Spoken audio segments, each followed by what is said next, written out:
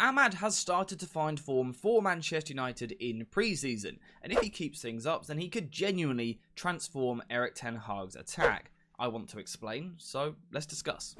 So before we can discuss how Ahmad could transform Manchester United's attack in the future, we firstly need to discuss what he is doing in the present, in terms of from a tactical point of view, but also technically what he is bringing to the side. And I want to start off with the tactical. Now, initially, this point is going to be brief, so just remember what I say, and we'll come back to it a little bit later on in the video. So what has Ahmad's tactical role been in the United side so far? Well, particularly when the ball is in deep areas, in the United half, Ahmad has regularly rotated into midfield. As Aaron Wan-Bissaka has gone round on the overlap, Ahmad has regularly found himself in almost a midfield position, giving Manchester United an extra body in these positions. Now, like I said, we are going to leave that there for now, but just keep it in the back of your mind. The next thing I want to talk about is Ahmad technically. What is he actually doing in these positions? We know he's moving into this area, but what is he then bringing to the team? Well, truthfully, immense ball retention. Ahmad has been a really useful player for United, using a brilliant first touch, tight control, and that agility in these central areas of the pitch to keep the ball for his side. Whether that be on the dribble or passing, Ahmad has rarely lost the ball so far in pre-season, and that is really useful to United, the ability to keep the ball in tight spaces, and we've seen a few examples of it. On this occasion, he is starting just a little bit wider than what we just discussed, more of a traditional right-wing position, but the idea behind how he plays is exactly the same. First of all, taking a safe touch towards his own goal, before then looking to complete a pass to a teammate. Being left-footed really helps with this, it opens up the angle inside, but what I like about Ahmad is that once he's played the pass, he's then being proactive. He isn't stopping, he isn't standing still, he's looking for the next movement, on this occasion receiving the pass back from Collier, completing the 1-2, before eventually carrying the ball between these two players here, and then moving the ball on to a teammate. It's really good retention play from Ahmad. We've got another situation here, this time in a slightly more narrow position. Again, his first idea is to receive the ball, take a good first touch, move the ball away from the opposition. He is taking a safe touch with his studs, and what this allows him to do, using the bottom of his foot to control the ball, is quickly change direction. And when he changes direction, the opposition can't kind of react quickly enough, and it often leaves them kind of ending up on the floor or having to foul Ahmad. So again, this is good retention play, winning free kicks for his side in these areas. But it's also the passing link-up as well. Here he receives the ball, again in a fairly deep, narrow position for a winger.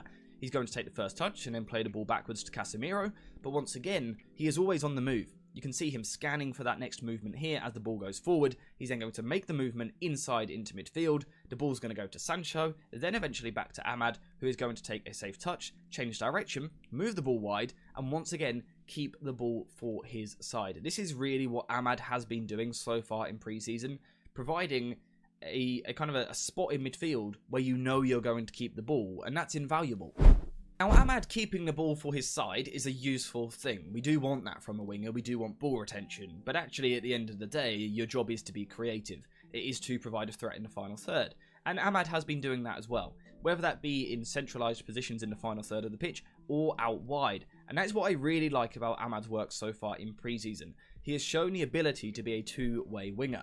So that can be starting wide, moving inside with the ball like this, onto his stronger left foot. Or it can be going round the outside, perhaps towards the byline, before looking to play the cutback into the penalty area. United have been crying out for this for a long time in their attack, a winger that can do this. This again was particularly evident in the game against Rangers. We can see him on the far side of the pitch, putting his arm in the air to call for the ball, showing a confidence to want the ball in the final third of the pitch. And when he eventually receives the pass, he is aggressive. So in deeper areas, he was all about keeping the ball for his team, passing it backwards, passing it sideways, an emphasis on ball retention. But once he's been getting into the final third, we then almost see a switch up in the way that he plays. He's much more aggressive, he's much more front-footed, he's much bolder and braver, if you like, with his work on the ball. And actually, he's just incredibly effective with the way that he looks to stand up these players. He gets the ball into a position where he can go either way, particularly with his low centre of gravity. It makes it really difficult for the opposition to read the play. Is he going to knock this ball down the byline, or is he going to cut back inside onto his stronger left foot? This is the two-way threat of Ahmad. Now, what makes this even more impressive is the amount of quick little touches he takes on the ball in these positions. This perhaps isn't going to be overly clear for you guys, but hopefully you get the idea. He takes a quick touch on the ball here, he then takes another touch on the ball here, he then takes another touch on the ball here, and he then takes another touch on the ball here. Now, if you were keeping an eye on the clock in the top left, that was all within a second. Lots of little touches on the ball makes it really difficult for the opposition to set themselves to defend, because Ahmad is constantly shifting the ball just a little bit, and it makes it really difficult to keep up with him. And then when he shows that change of pace to get into the final third, it's incredibly threatening. Now, thus far, we haven't necessarily seen too much coming from this, but you can see the threat is there. But the other thing I like is also not just the threat of coming towards the ball, getting the ball into feet, but going the other way, offering a runner in behind the opposition. This is what United lack at times in wide areas. We have a lot of players that want to come towards the ball, but then those players don't go in behind. And then we've got a lot of players which are willing to go in behind, but those players don't want to come towards the ball so much. Ahmad is a complete package, if you like, in this sense, because he does have that threat and the ability to go in behind the other way. And also the intelligence as well. Recognising here that he needs to take the touch with his head. He can't let the ball settle, if not the opposition will be there. Again, it's just intelligent play from Ahmad before eventually he looks to beat the fullback, I should say, once again get into the penalty area before cutting the ball back. It's really dangerous attacking play, and we just keep seeing it. And one of the reasons he is so effective is because the ball is on a string.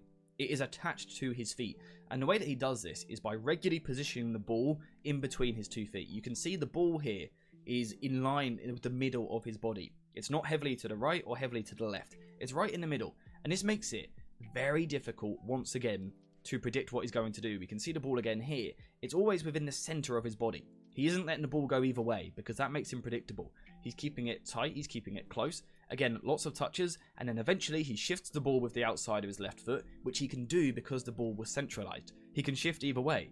He eventually does that. He moves inside. Good strong touch into the middle of the pitch. And then the finish was just absolutely fantastic. You can see what Ahmad is bringing to the side. Technically, tactically, very good. But what's the effect? How does that actually transform the United attack? I just quickly wanted to interrupt the video there to give a shout out to today's video sponsor, jerseyfifa.com, the home of affordable football kits. If you use the link in the description down below, you will find yourself a website which has all of the newest releases. Home shirts, away shirts, and actually even old classic shirts as well. And if you don't actually want to wear the shirt yourself, I've heard they make a pretty good background display as well. So if you want to get yourself a shirt, use the link in the description and use code JerseyFIFA for 10% off your order. Go check it out. So the first thing we need to discuss is Ahmad's tactical role, where he is playing in the team. Like we discussed right at the start of the video, if you remember, we were talking about him moving inside. What are the implications of this? Well, first things first, it completely transforms what United are trying to do already. If you think last season we had Garnacho, he is much more of a wide direct threat. He wanted to play in wider areas, whereas Ahmad wants to come into midfield, literally into midfield at times. And what this allows United to do, and will allow United to do if it continues, is to play with a box shape in the centre of the park, with a double pivot deeper, and then Ahmad and Bruno Fernandes in the half spaces. So straight away, United have found a new way of creating a box 4 in midfield to overload the opposition. What is the knock-on effect of this? Of course, it now means we need a right-back who wants to fly further forward into the final third. Last season, Dalot spent, particularly kind of the middle of the season, inverting into midfield. So now if we are asking him to play as kind of a high overlapping right-back, something I predicted would eventually happen, you're asking for something different. Again, you are providing a different threat in the final third. Rather than having a player standing out here waiting for the ball, you're actually having a player arriving into space, which is a very different threat for the opposition to try and deal with. The other thing you get, though, also, is the fact that Ahmad is left-footed moving into this position. It changes the dynamic of the Manchester United side. Last season, because of injury, United had a big issue with too many right-footed players in the team. Having someone like Ahmad coming inside onto his left foot, again, offers a different dynamic. Because if you look in our midfield, Bruno Fernandes is right-footed, Kobbie Mainoo is right-footed, Casemiro is right-footed, which means instinctively they probably want to play towards their right-hand side. Of course, they're quality players, they can play to the left, but their instinct is to move the ball to the right. Having someone like Ahmad with his left foot wanting to come the other way should instantly bring a little bit more balance to this Manchester United team. And that is the next important thing, the balance. Not just with the right-hand side, but also with the front line as well. The main reason we will see a change in balance in the Manchester United team with Ahmad is because of the change of profile. It completely changes the dynamic. If you highlight this right-hand side of the pitch and you put Ahmad into the team as opposed to Garnacho, you get a few new things which United didn't have last season.